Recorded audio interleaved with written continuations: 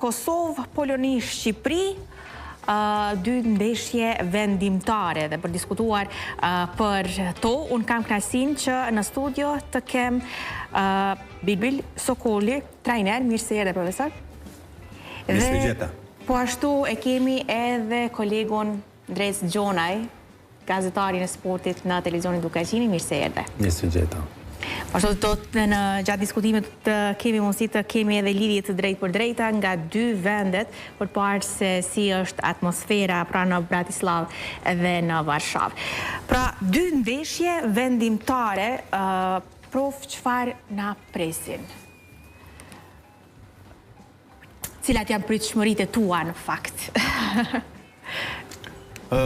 Unë mendoj që Kosova ka ekip të mirë, Kosova ka lojtar shumë në formë, kemi përbërje të fuqishme, në sulm Muriqi në formë shumë të mirë, Aslani në formë shumë të mirë, në mbrojtje portieri tjetër Muriqi që është në formë jetësore, kemi ekipin shumë cilësor, me të drejtë presim që të fitoj, në ekip janë lojtarët e Bundesligës, lojtarët e Serie A, lojtarët si Zhegrova, Aslani, Muriqi, pastaj pjesa tjetër ofanzive Rashica, i cili vjen nga një kampionat i cili është në nivel të duhur të formës, përballë Slovakisë, e cila ka përparësinë e terrenit vendas, por unë mendoj se në këtë takim terreni vendas nuk ka aq domethënie të madhe, të pas parasysh se ekipi i Kosovës është ekip në formë, ekip i cili ka një rrjedhë të ndeshjeve shumë të fuqishme, të formës së mirë, dhe kjo tregon se ka ekipi vetbesim dhe në këto ndeshje të barazhit, ku vetëm një ndeshje vendos, është ndeshje e cila i shkon përshtatje apo i shkon parametrat shkojnë në favor të Kosovës. Në anën tjetër, Shqipëria lun me Polonin, dhe polakët janë ekip shumë i fort, janë edhe ta vendas, Shqipëria din me zhvillu ndeshje si mysafir, dhe mendoj që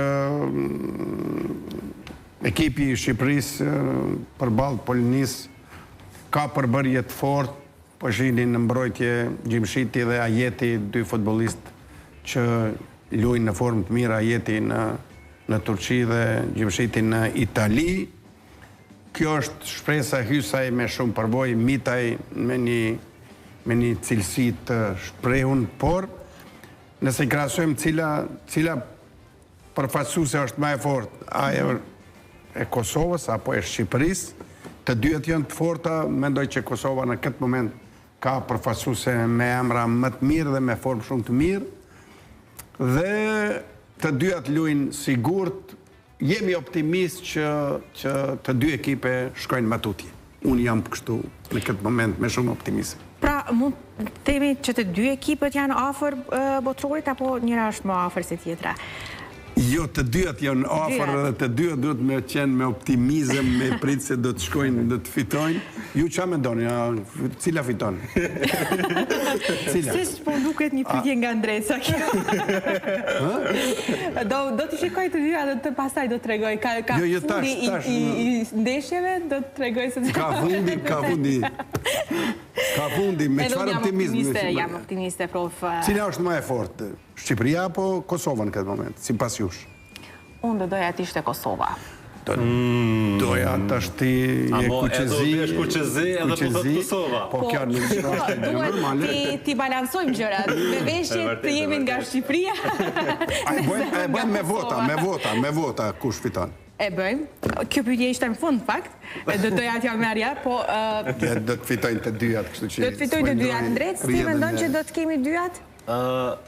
Rezultati do t'jetë, do thotë në një ndeshje si këto, që janë mjaft të rëndësishme për të dyja kombëtarët, ne padyshim që kemi dëshirë ëndër që dyja të fitojnë, por që gjithsesi fusha Gjelbert mund të na tregojë ndonjë rezultat tjetër, por kur jemi tek Slovakia, në këtë stadium vetëm 4 muaj me parë në poshtë 2-0 Gjermanin. Pra, në këtë stadium ku sonte do të luajë Kosova, slovakët munden Gjermanin 2-0 në kualifikuesit e Kupës e Botës, është kombëtarja 44 që renditet në ranglistën e përgjithshme të FIFA-s, dhe do të thotë që kemi të bëjmë me një kombëtare të fortë. Por lajmi mirë, nëse mund të quajmë, sot është që mungon zyrtarisht Milan Shkrinar, është që në mbrojtësi me përvojë i Slovakisë, do të jetë një mungesë e madhe njëjtë siç do të mungojë edhe mbrojtësi i kombëtarës së Kosovës Samir Ramani dhe Leon Avdullahu, por që tashmë dy mungesa të rëndësishme, por Foda para këtyre ndeshjeve dhe tha që ne nuk duhet të shohim brapa kush mungon, janë mungesat e rëndësishme, por Kosova ka ditur edhe pa këta futbollist të fitojë ndaj Suedisë. Ndërsa ti je në rrjedha pa dasht me ta marrë detyrë, je në rrjedha, kemi informacionin deri tash në këtë moment, unë nuk e shoh që Foda ka dalë me informacion. Mirë, paka shumë prof nga se çfarë televizioni Dugaxhini ka arritur të kuptojë nga Slovakia është se Foda mund të rreshtot me këtë formacion. Pra, 90% pritet të jetë prof ky, por që akoma nuk është zyrtar. Pra, Gallopeni do të jetë pra me sistemin 3-5-2, nëse nuk gaboj, apo prof, kështu po duket rreshtimi. Po, rreshtimi është 3-5-2. Gallopeni, Hajrizi, Hajdari, Delova dhe Vojvoda do të jenë pra Vojvoda dhe Gallopeni nga krahet, Veldin Hoxha, Reçbeçaj dhe Muslia do të jenë treshja mes fushës, ndërsa në sulm do të jetë Vedat Moriçi dhe Fisnik Aslani. Pra, nëse shohim prof nga futbollistët që pritet me shumë gjas të jenë të formacionit startues, Aro Moric ndodhet në një formë fantastike në Serie A, që e di me ndeshjen e fundit priti një penalti ndaj skuadrës së Juventusit. Lombard Delova në CSKA Sofia është në formë fantastike. Albian Hajdari, me qenë se në ndeshjet e fundit nuk është që ka qenë startues, por është aktivizuar në pjesën e dytë tek Hoffenheimi që ndodhet shumë lart në Bundesligën gjermane. Hajrizi po ashtu ndodhet në formë të mirë, Gallopeni që në ndeshjen e fundit asistoi për skuadrën. A kemi na luksin me Elon Zhegrova në bank të rezervave në këtë moment? Zhegrova, me qenë se ka muaj prof që ndodhet tek skuadra Juventusit, ka përgatitje mendoj fizike, ndoshta nuk ka minuta, por që do të jetë një zgjedhje selektori. Tifozët, nëse shohim në komente në rrjetet sociale, duan që Zhegrova të startojë sonte në këtë ndeshje të rëndësishme. Kemi Veldin Hoxha që është në Rubin Kazan, aktivizohet, Muslia po ashtu në Gjermani, pra të gjithë lojtarët, nëse shohim formacionin që pritet të jetë startues, kemi lojtarë të cilët janë në formë fantastike. Thash, Amir Ramani mungon edhe Leon Avdullahu që ka qenë koka në këto ndeshje të kualifikuese, Zhegrova që tifozët kërkojnë të luaj të jetë startues në këtë ndeshje të rëndësishme, por që ka dhe opinion që nuk është aktivizuar të Juventusi, me qenë se është aktivizuar në pjesën e dytë, ka pas rast luaj 10-15 minutat e fundit tek skuadra e Juventusit. Gjithsesi, ky pritet të jetë me shumë gjas formacioni i Kosovës, sonte 90%, pra në çastet e fundit mund të kemi edhe ndonjë befasi nga Franco Foda. Kur jemi tek Shqipëria, me shumë gjas edhe formacioni i Shqipërisë prof pritet të jetë ky, ku Mitaj do të jetë në krahun e majt, Arlind Dajeti, Gjimshiti në qendrën e mbrojtjes dhe Hysaj nga krahu i djathtë, Strakosha në port, Julian Sheu në mesfush, Kristian Aslani në mesfush, do të jetë edhe Çazim Laçi, do të jetë tresha mesfushësh, me qenë se akoma tek mesfusha mund të jetë edhe Ylber Ramadani në momentet e fundit që mund të jetë startues në treshën e mesfushës tek skuadra tek kombëtarja e Shqipërisë, ku padyshim që do të luaj një ndeshje të rëndësishme sonte. Arber Hoxha, futbollisti shqiptar nga Kosova, do të jetë startues me shumë gjas sonte dhe mirë të uzunin e krah. Por aja se çfarë është interesante është sonte Nedim Bajrami është provuar nga selektori Silvinës së Nën Shfalc në stërvitjet që Shqipëria ka pasur para ndeshjes që do ta luajë sonte në Varshavë. Por 90% prof gjeni ky pritet të jetë formacioni edhe i Shqipërisë, me qenë se në momentet e fundit mes fush mund luaj Ylber Ramadani, por që edhe në fazën e sulmit mund të ketë befasi. E kemi Ernest Muçi në një formë fantastike, pastaj kemi edhe Anis Mehmetin nga Ipswich Town, i cili është risi në përbërjen që do të mund të jetë sonte, por me shumë gjas ky ka qenë formacioni që do të është provuar në fakt në stërvitjen e këto 4 ditët e fundit dhe mund të jetë në fush.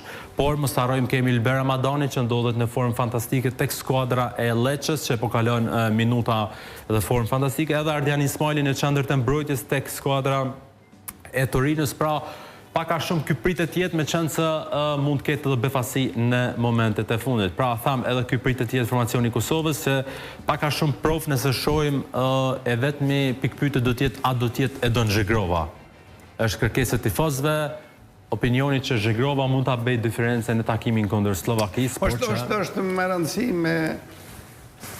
me trajtu si moment të ndishëm të përcaktimit të strategjisë për arsye se kjo është ndeshje barazh.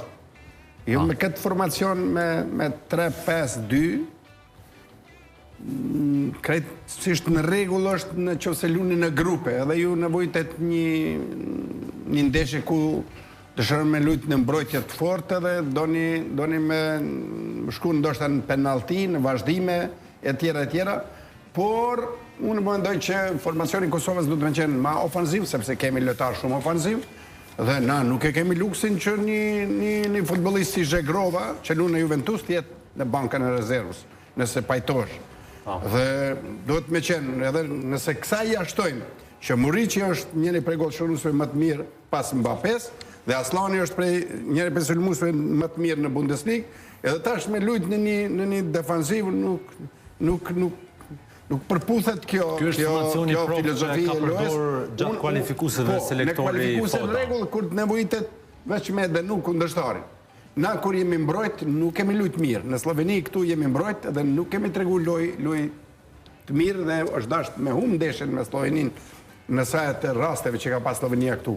Po nëse kemi shku dhe kemi loj ofanzive, sikurse në Sloveni atje, unë mendoj që ky formacion shumë në defanziv është lënë mundësi ma pak me shfrytzu Muriqin edhe Aslanin. Të dytë janë emrat njoftun të futbollit evropian. Para se diskutojmë edhe se sa po shfrytëzohen, domethënë maksimalisht lojtarët që i kemi për të dy skuadrat, do të fillimisht bënim një lidhje të drejtë për drejtë me Altin Sulce nga Varshava, për të parë se si e kemi atmosferën atje. Altin, përshëndetje.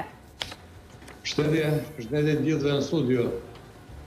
Si është atmosfera në Varshavë, cilat janë pritshmëritë?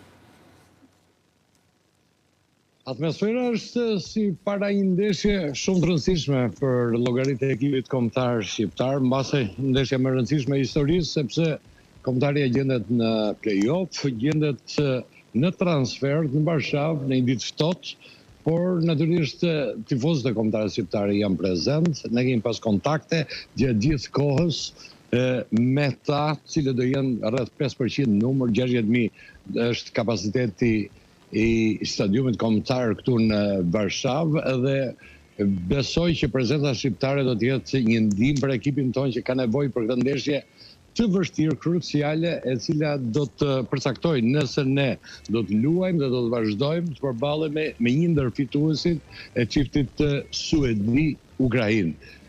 Besoj që shqiptarët do të jenë numër të madh sepse shikoj prezenca që kanë ardhur nga vende të ndryshme të botës, qoftë edhe nga Australia, kam takuar këtu, edhe nga Amerika, janë të shumë numër, janë dhe nga ata që kanë prerë bileta në tribunat polake. Natyrisht nuk është e njëjta atmosferë siç ka qenë më parë, sepse Federata Shqiptare e Futbollit ka lajmëruar dhe njoftuar të gjithë tifozët shqiptar që të kenë kujdes sepse mos jenë shumë të ekspozuar në përqytet me fanelat jenë të grumbulluar, sepse është ndeshje delikate. Një nga këto dy skuadra do të largohet dhe besoj që polakët janë shumë të vendosur që të kualifikohen më tej.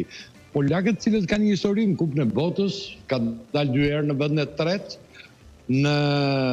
kanë qenë gjithmonë pjesëmarrës, kanë fituar lojrat olimpike të Muniut në vitin 1972 dhe absolutisht kanë shkruar histori për sa i përket lojtarëve të mëdhenj me Lato, Bonjek, Lato ka fituar tek Pusën e Artë. Pra ne nuk kemi të njëjtën histori si ata, pretendojmë që të futemi në sallonet e mëdha të futbollit botror, por kjo është e vështirë. Duhet të kalojmë këtë pengesë ditën e sotme që është e vështirë, por jo e pamundur, sepse unë dëgjova profesor Bylby Sokolin pak më parë që sa për Zhegrovën. Njëti problem kemi edhe ne me Muçin.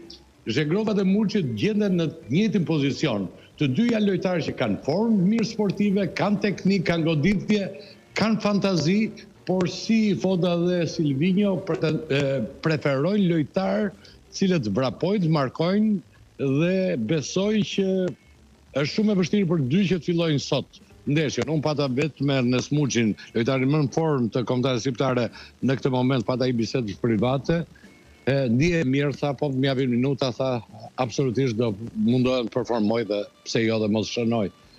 Gol, pavarësisht se kur ka luajtur me Legjen këtu e një mirë futbollin polak, ashtu siç luan.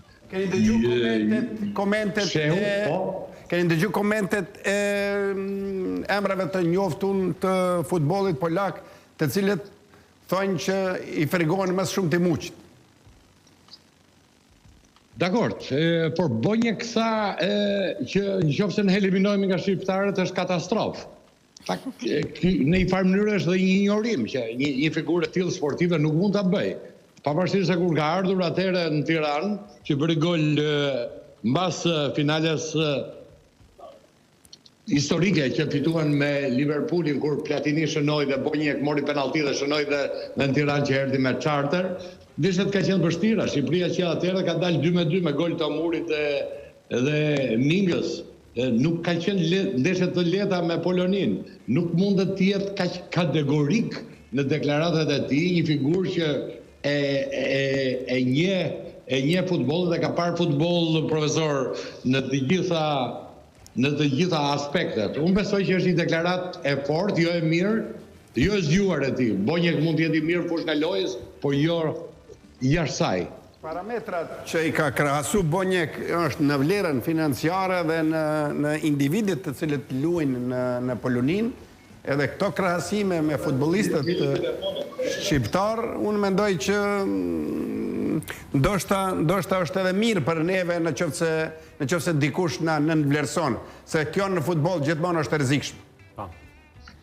Absolutisht mirë do ishte për ne, por megjithatë është atë që themi sot në Narodovi stadium do jetë shumë e vështirë gjithçka për të arritur fiksionimin që ka Shqipëria. Atë ishim dje në press conference, konferencën për shtyp me trajnerin Silvinho dhe pyetjeve të ndryshme mundua si zakonisht që bën ato triplimet e tij zakonshme, që mos i përgjigjet pyetjes gazetarëve. Një ndër pyetjet e Megasport aty CNN ishte pikërisht lidhur me a do ndryshoj Silvinho filozofinë e tij, skemën 4-3-3 apo në këtë skem do përfshihen personazhe të rinj, sepse ne Manaj nuk e kemi në ndeshje, ai që shënoi golin në Leskovac dhe i dha fitore me Serbin. Atëherë kush do të luajë në këtë?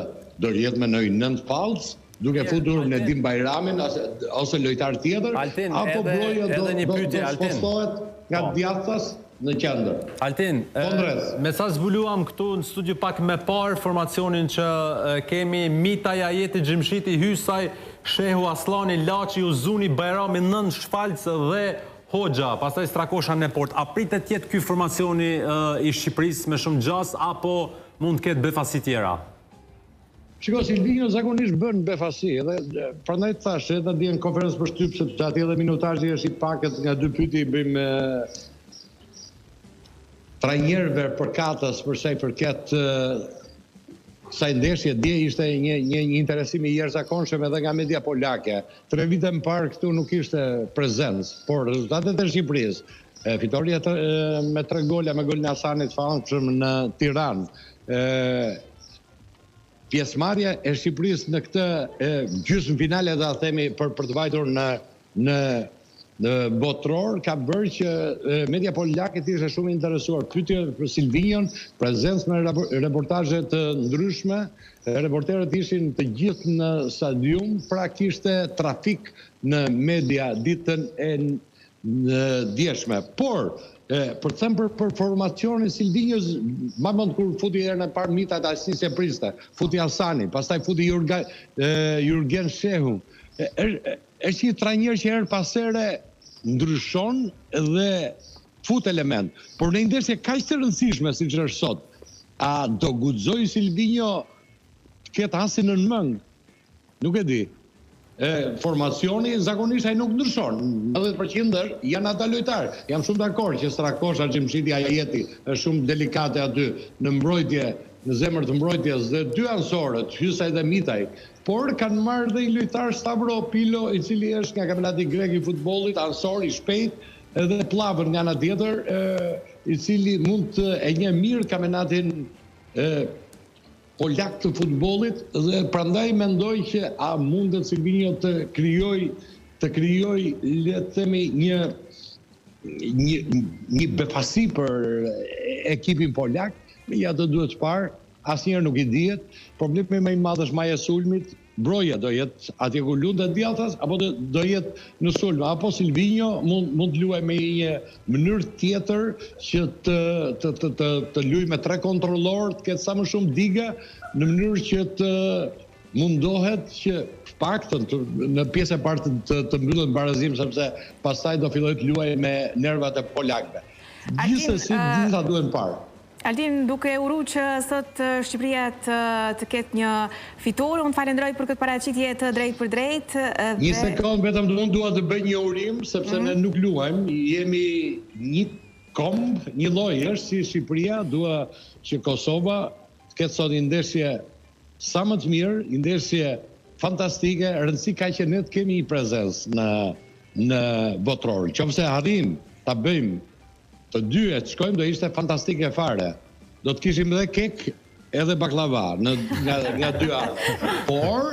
Por të paktën të jetë njëra, sepse po vajten çunat të dy një lloj janë. Çunat e Kosovës, çunat e Shqipërisë, gjithë shqiptarë jemi, një duhet të jetë atje patjetër ta prezantoj këtë kom të madh. Të presim në studio nëse fitojnë 2 përfaqësuese sot. Me kënaqësi profesor Bylbyli dhe ndresën e përshëndes. Gjithë mira.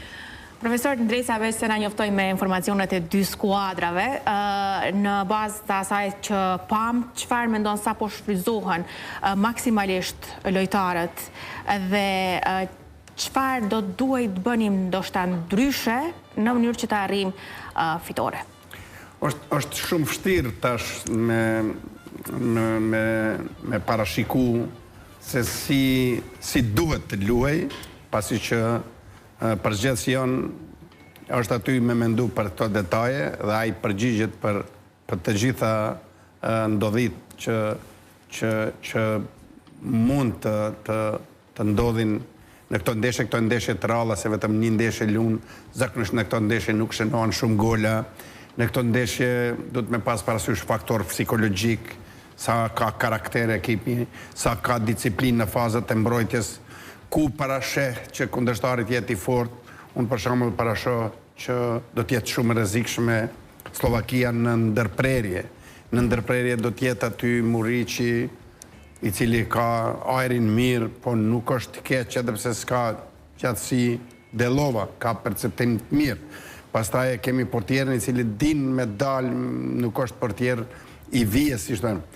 Prandaj kjo pjesë e ndërprerjes ku në parashoj rrezikun, kemi armë, kemi strategji me neutralizu.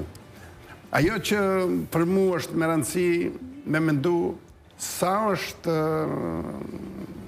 formacioni i defanzivës në këto momente adekuat, tu i pas parasysh se kemi shumë lojtarë cilësorë në sulm. Dhe ata të sulmit, për me i shfrytëzu Muriqin e Aslanit duhet me pas Zhegrovën, Rashicën, 2 lojtarë të cilët janë ofanziv. Dhe tash në qoftë se mrapa vendosemi me lojtarë të defanzivës, sa do t'jetë mundësia e shfrytëzimit të lojtarëve të kalibrit Muriqit edhe të Aslanit në fazën e sulmit. Prandaj, këtu është dilema ime, po për cilën Gja Foda merr këtë përgjegjësi, kurse unë mendoj që nëse duhet me lujt në ofanziv, ma mirë është me fillu në fillim, të shenojmë, e pastaj me vu në vështërsi kundërshtarin, në vështërsi presion psiqik, sepse në qoftë se nuk shenojnë, apo nuk barazojnë, do të eliminohen. Dhe ky presioni është për popujt të slavët, është ngarkesë e cila vështirë kontrollohet në mentalitetin. Kjo diçka si Serbi-Shqipëri, me disiplinë, me gjak ftofësi, ekipi shqiptar kanë nga një midis Leskovcit, që është njëna prej fitoreve, jo vetëm historike, po më e madhe e sportit tonë. Kështu që këtë mentalitet duhet me pas parasysh, na me Ndreca shpesh i diskutojmë këto cilët janë gjasa, dhe edhe unë edhe Ndreca jemi pajtu që Kosova duhet kualifikohet me cilësi që kanë. Jo me fat me shku, por me gjakftofësi, me strategji, me potencial ekzistus, të gjitha armët duhet me i vu në shfrytëzim që të fitohet këndesh. Prof, Gjeni, para se të vazhdojmë këtu edhe lidhet e tjera direkte, mos të harrojmë që në rast fitore sonde do t'jenë 500.000 euro shpërblim që ka ndarë qeveria Republikës së Kosovës, ndërsa nëse sonde fitojmë pastaj të martën potencialisht shkojmë në kampionatin botror, do t'jenë 1 milion euro që do të shpërblehet futbollistët e kombëtarës së Kosovës, që ky vendim ka qenë pak vetëm muaj më parë nga kryeministri Kurti. Tani do të shkojmë në Bratislav, atje kemi Lavdim Pirevën në një paraqitje të drejt për drejt përmes Viber. Përshëndetje Lavdim. Përshëndetje juve. Si është atmosfera në Bratislav, cilat janë pritshmërit, kanë mbritur tifozët, si është situata? Tifozët kanë filluar që dje me postu Bratislavën, ka pas shumë që kanë orë me vetura, po ka pas edhe be atyre që kanë orë me aeroplan. Apo fitojmë mas bari, apo fitojmë, dinë atmosferën, kjo është e rëndësishme në fillim, apo fitojmë. Ajo që më pëlqen, atmosfera në kamp është shumë e qetë, pritshmëritë e ekipit dihen, nuk ka si në shkumën, së dhe bona një paralele para 10 vite, 11, kur ishin hapat e parë të ekipit, e moj me një ndeshje me Senegalin e kina zhvillu në Zvitër, në atë ku ekipit, pranë ekipit kanë qëndru shumë njerëzë, shumë tifoz, sot ekipi është izolu, mi qetë, edhe gati për ndeshjen. Po besoj që kena me bu më atë mirën që me rri rezultatin që e dojnë kejtë.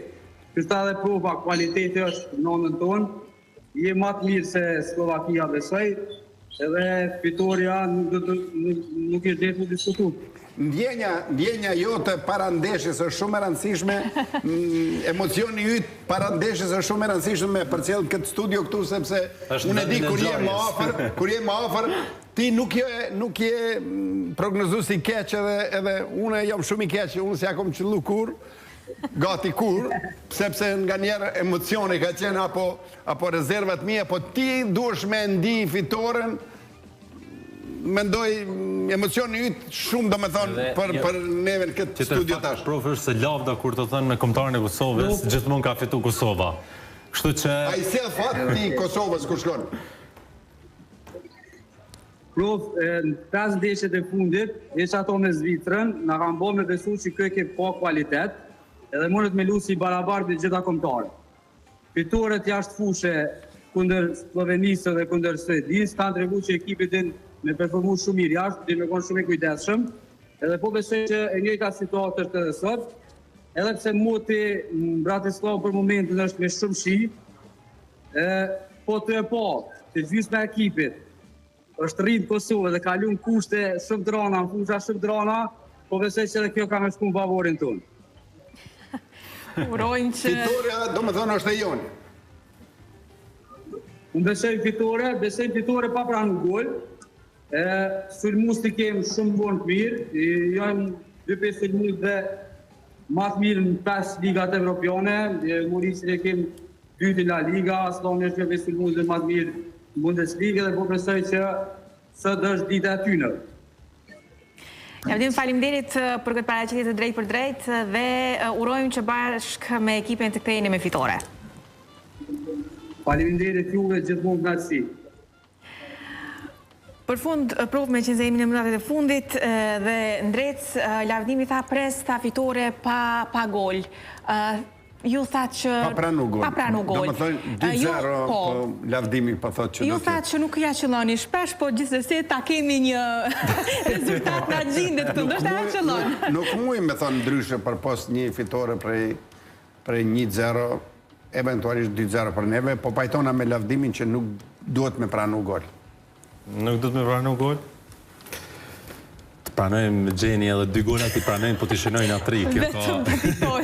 Kjo ka rëndësi, besoj 1-2 fiton e Kosova dhe edhe 1-2 fiton Shqipëria në Varshavë, në Poloni.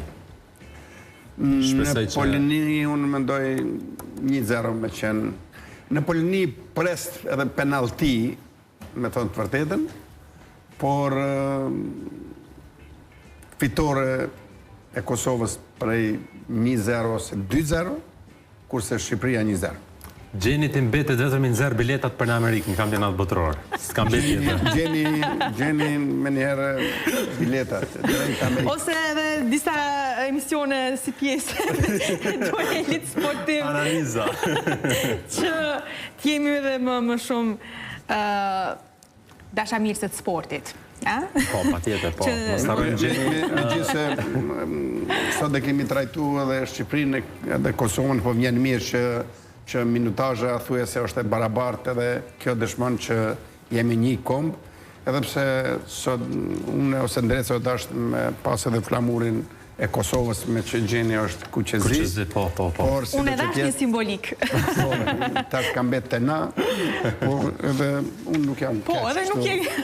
Drejsa po duke sot ja ka huqë. Unë si pas në përshtat. Një mafar në gjyrës. Faleminderit dhe njëherë dhe sigurisht që urojmë që të 2 ekipët të dalin me fitore. Këtë presim dhe këtë urojmë sigurisht. Faleminderit dhe njëherë.